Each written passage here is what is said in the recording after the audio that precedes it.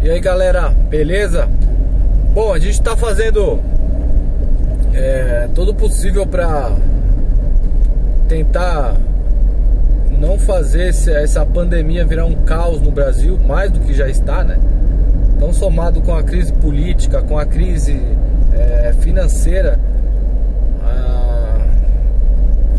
é muito preocupante o que pode vir a acontecer no Brasil.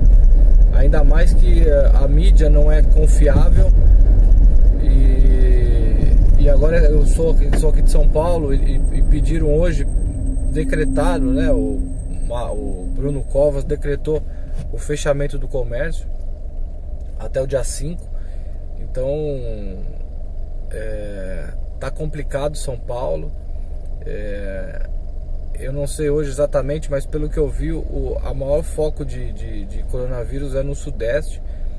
Eu acho que se o governo tivesse algumas medidas mais enérgicas, como por exemplo isolar essa região que está com maior índice de infectados, para que não se espalhe pelo Brasil e para que não postergue essa pandemia.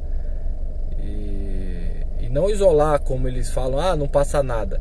Isolar, fechar as rodovias e deixar passar alimentação, deixar passar, enfim, deixar as comidas passarem, né? A alimentação, para que tenha o fluxo o abastecimento mantenha. Só que não fique pessoas pegando o ônibus aqui, indo pro Nordeste, pro Norte, contaminadas, para levar mais contaminação lá. Lembrando que no Brasil a gente tem a melhor rede de saúde na região sudeste, né? São Paulo, por exemplo, tem uma estrutura muito melhor do que Norte e Nordeste, né? E se aqui tá difícil de conter, você imagina espalhando para as regiões mais carentes do Brasil, o caos que vai se transformar nosso país. Então, os governadores o governo federal deveria tomar uma atitude mais enérgica e fechar as estradas aqui, para que evite a circulação de pessoas e deixar passar as alimentações, enfim, toda a parte de insumo, enfim, dessa pandemia. Eu vejo muitas postagens dos bolsominions, né, dos apoiadores do Bolsonaro, reclamando com o governo chinês, que o governo chinês demorou para divulgar, segurou a divulgação da pandemia, etc, etc. Eu também acho errado, mas mesmo depois que foi divulgado, o governo Bolsonaro ignorou, né? Quando a gente falava lá que o futebol tinha sido suspenso na China e tal, aqui no Brasil tava tudo normal, como se a pandemia não fosse chegar aqui.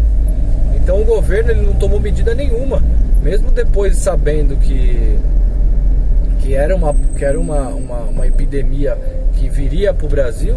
O governo não tomou nenhuma medida drástica, né, para conter a contaminação no povo brasileiro. Pelo contrário, eles ignoraram essa pandemia. Até há pouco tempo atrás disseram que é histeria. E eu vi relatos dos médicos, de alguns médicos, inclusive de um médico da Prevent Senior, que morreram os três pacientes aqui em São Paulo, dizendo que o coronavírus ele se eloja no pulmão e ele avança de forma muito rápida, deixando a imunidade do corpo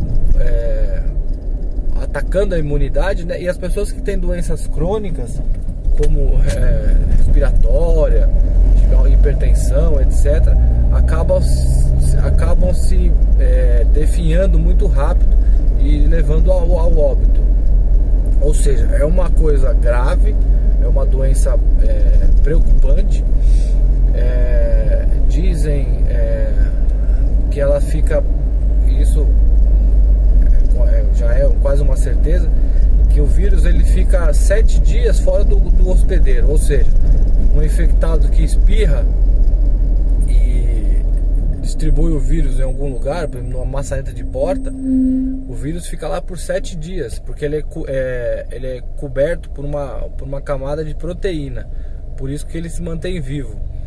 Então o cara vai lá e espirrou na sexta-feira, digamos que ficou 4 dias lá, e aí você põe a mão na boca ou no nariz, você acaba contraindo a doença. Por isso que ela se espalha muito, né? E algumas pessoas não têm reação, não afeta nada por causa do seu sistema imunológico, só que ela virou uma bomba biológica, ela começa a andar e transmitir essa doença para 10, para 20, para 30 pessoas. Então, o grande problema disso é que a pessoa fala, mas eu não tenho nada. Ela não tem nada, mas ela está transmitindo para várias pessoas, inclusive dos familiares dela que tem uma imunidade baixa, crianças, idosos principalmente. Então esse lado egoísta, né, e mesquinho acaba levando a propagação da doença para mais e mais e mais pessoas. Uma pessoa pode contaminar 100, por exemplo, e por isso está crescendo os casos em São Paulo e no Brasil e no mundo, né?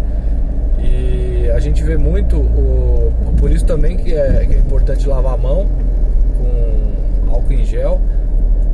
Um médico, um amigo meu, falou que o sabão em pedra, aquele sabão de lavar a louça, é muito eficiente também, né? Ele talvez até seja mais eficiente do que o álcool em gel, e para lavar a mão e os braços, enfim, para que deixe uma higienização boa. Passar álcool no banco do carro, nas maçanetas, enfim, tomar esses cuidados e evitar o contato, né, com outras pessoas, principalmente idosos, para que isso não se alastre e que a gente tenha um impacto menor em relação a doentes e infectados. Em relação à economia, algumas coisas do governo Bolsonaro que ele vem fazendo, eu acho que ele demorou para fazer, né, em relação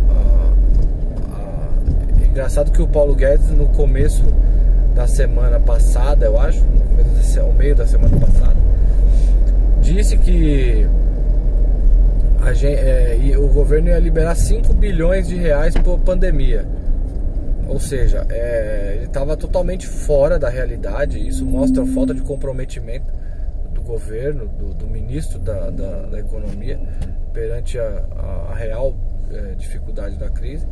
Depois ele veio com o real valor, né, que deve ter passado para ele lá, deve ter conversado entre eles e se conscientizado da crise. Então foi um valor muito maior.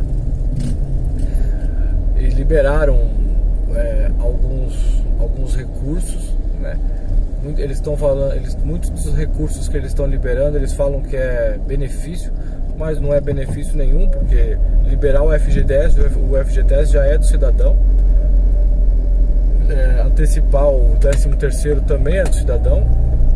Então são valores que vão ajudar as pessoas que estão mais pobres, né, que são os aposentados.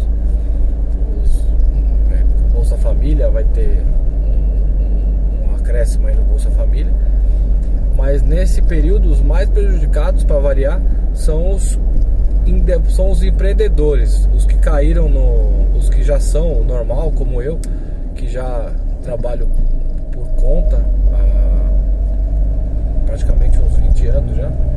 Eu tenho empresa, então já sabe que fechando o comércio, fechando a indústria, você vai se prejudicar, e o governo vai ceder principalmente para os autônomos, para esses novos empreendedores, digamos assim, que compraram essa ideia neoliberal de Uber, de trabalhar fazendo seu próprio corre. R$200, como se R$200 desse para alguma coisa, principalmente São Paulo, capital, né? Que você R$200 você não consegue comprar meia cesta básica, você consegue comprar quase um botijão de gás só, e 1 quilo de carne, dependendo de onde você comprar. Então, são medidas, para variar, que não tem impacto, não vão ajudar nada, ou muito pouco, a vida do cidadão que caiu na ideia de empreender no Brasil. E isso vai causar um problema, se a crise demorar aí 1 mês, 2 meses, a gente vai ver um cenário terrível no Brasil, terrível. E até mesmo no meu negócio, se isso permanecer 2, 3 meses aí, a gente vai ter problemas sérios, né? Principalmente se aumentarem os casos e impedirem a circulação, como na Europa, na Itália. Então tudo isso pegou esse governo que estava preocupado só com reeleição e vender. Paulo Guedes é um economista tradicional, né? Que é aquele cara que ele quer só economizar, ele não pensa em investir, vendo um mercado podre, que é um mercado de investimento. Investimento não tem nada a ver com a realidade, né? Investir para eles é comprar e vender ação, especular são especuladores, não são investidores. E ele é um especulador. Então o Brasil tá tomou uma chinela aí um governo fraco, despreparado, que chegou tava preocupado, tava pensando que ia ficar tudo numa boa, e tomou essa rasteira aí. Quem vai sofrer, para variar, é o povo, apesar que o vírus não escolhe classe social, né? Então já tá pegando alguns ministros também, e talvez por isso que quando a água bate perto deles, lá perto da bunda, eles têm uma atitude mais humanitária. A população tem que se ajudar, né? Tem que tomar as medidas sanitárias para que não se contamine ou não espalhem o vírus, e ter humanismo, né? Ter aquela empatia de relação dos proprietários de casas e de imóveis, ter uma tolerância maior com o pagamento dos aluguéis, pensar um pouco no coletivo e não só nos seus próprios ganhos. Enfim, a parte, se pode se tirar alguma coisa boa dessa crise, eu acho que, refletindo por um lado, você pode tirar uma coisa boa que talvez ajude o povo brasileiro e o Brasil ao médio e longo prazo, se for aproveitado isso, que realmente essa característica de que as pessoas, essa pandemia está atingindo todo mundo. Então até os liberais aí de cueca aí, que foram intoxicados com esse neoliberalismo americano predatório, estão entendendo que quando a coisa aperta, cadê os trilhões dos investidores? Inclusive os investidores do Brasil.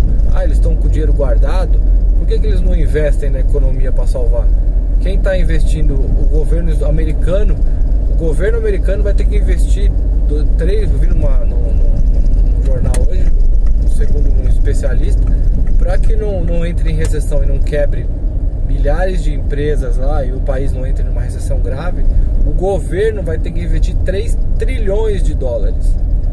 Ou seja, é o governo que tem que investir 3 trilhões de dólares, não é as empresas de fora, não são fundos de investimento, que os fundos de investimento eles só vão mexer em alguma coisa quando eles tiverem lucro, né? E nem sempre a crise está mostrando que o lucro nem sempre é uma engrenagem motivadora para a economia. O Estado vai ter que investir, o Estado americano vai ter que investir 3 trilhões de dólares para que a economia não quebre lá nos Estados Unidos. Então, toda aquela falácia de Estado mínimo, privatiza tudo e etc, tá vindo por água abaixo. Claro que existem vários casos de corrupção nas estatais, mas é aquela velha história: se o cachorro está com carrapato, a solução não é dar o cachorro, né? É cuidar dos carrapatos. Então o remédio para corrupção não é privatizar.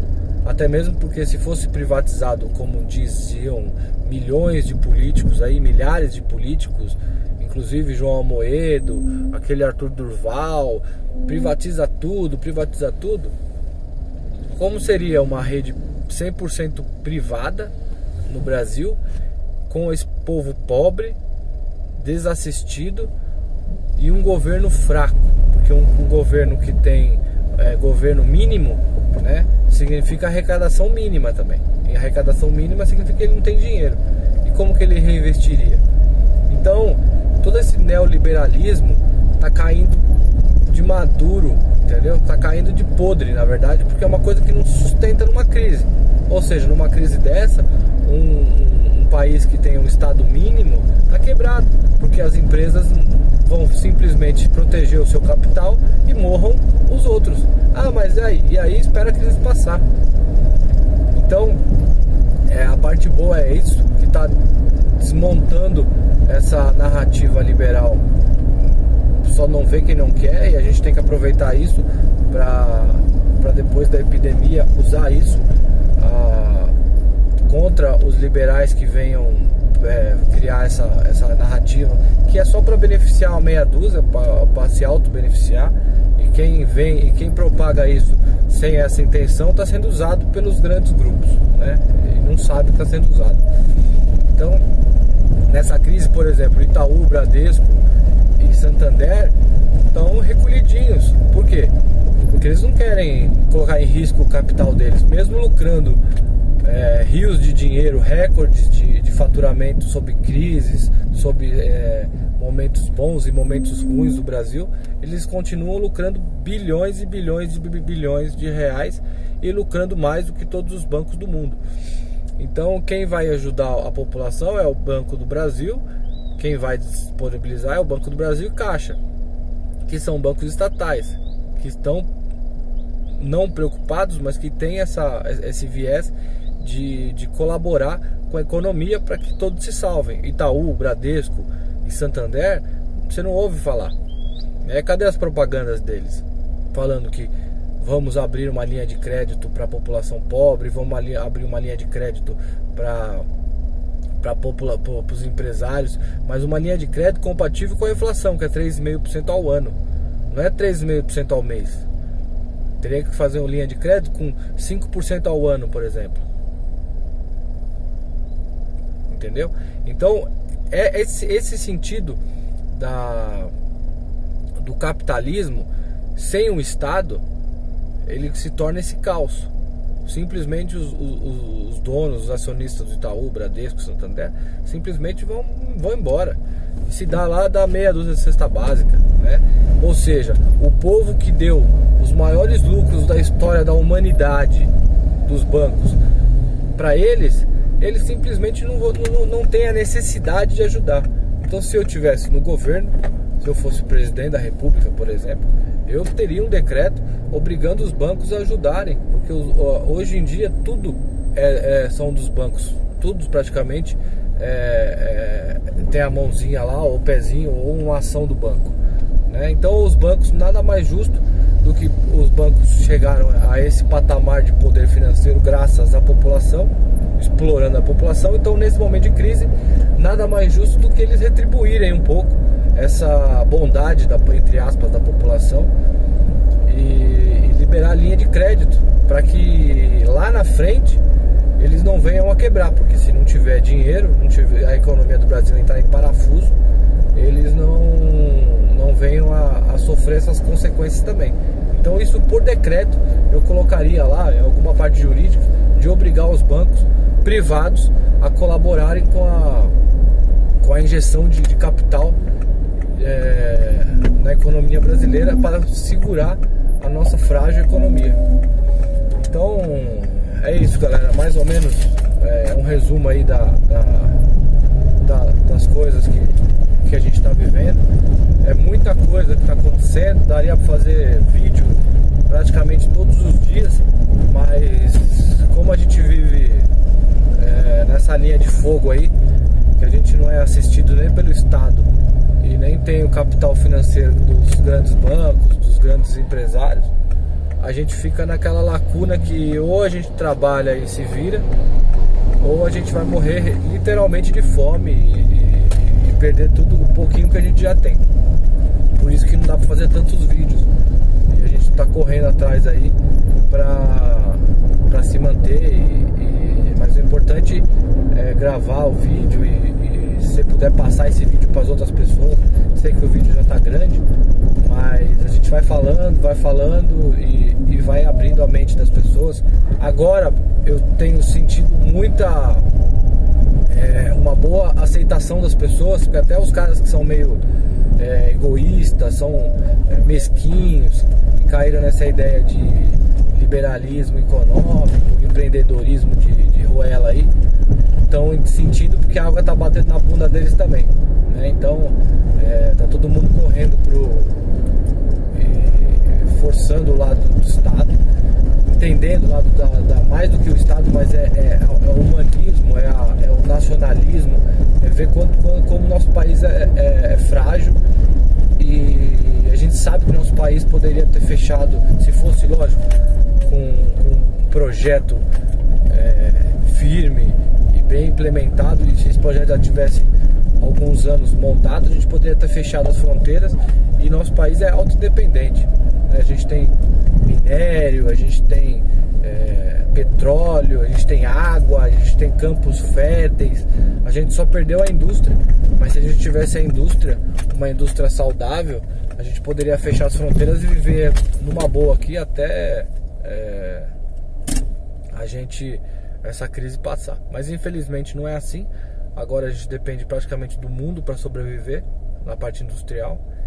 Então é importante passar o vídeo, conscientizar as pessoas que para depois da pandemia, quem sabe a gente não dá uma nova guinada no nosso país, beleza?